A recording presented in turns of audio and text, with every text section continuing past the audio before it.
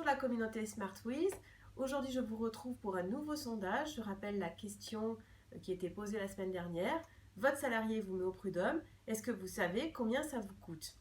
Alors, ce qu'il faut savoir, c'est que depuis 2017, il y a eu une réforme importante dans le Code du travail, aux articles L1235-3 du Code du travail, qui ont fixé ce qu'on appelle le fameux barème Macron, et qui fixe un barème d'indemnité pour licenciement sans cause réelle et sérieuse en cas de condamnation de l'employeur pour licenciement injustifié, abusif, sans cause réelle et sérieuse.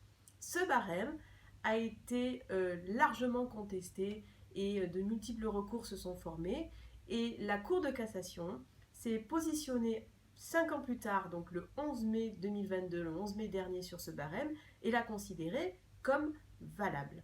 Donc effectivement, aujourd'hui, on a la possibilité, dès l'introduction d'une demande en justice d'un salarié, ou même avant cette demande en justice, au moment du licenciement et de la réflexion sur le licenciement d'un salarié, de chiffrer de manière très précise les indemnités qui pourraient être allouées en cas de licenciement sans cause réelle et sérieuse. Attention toutefois, ce barème édicté à l'article L1235-3 du Code du travail ne s'applique que dans le cadre de licenciement sans cause réelle et sérieuse. Il ne s'applique pas dans le cadre de licenciement nul, déclaré nul par le Conseil de prud'homme, c'est-à-dire dans le cadre de rupture pour violation d'une liberté fondamentale, rupture des salariés accidentés du travail, rupture des salariés victimes de harcèlement moral. Et là, c'est un plancher minimum de 6 mois de salaire qui sera accordé aux salariés.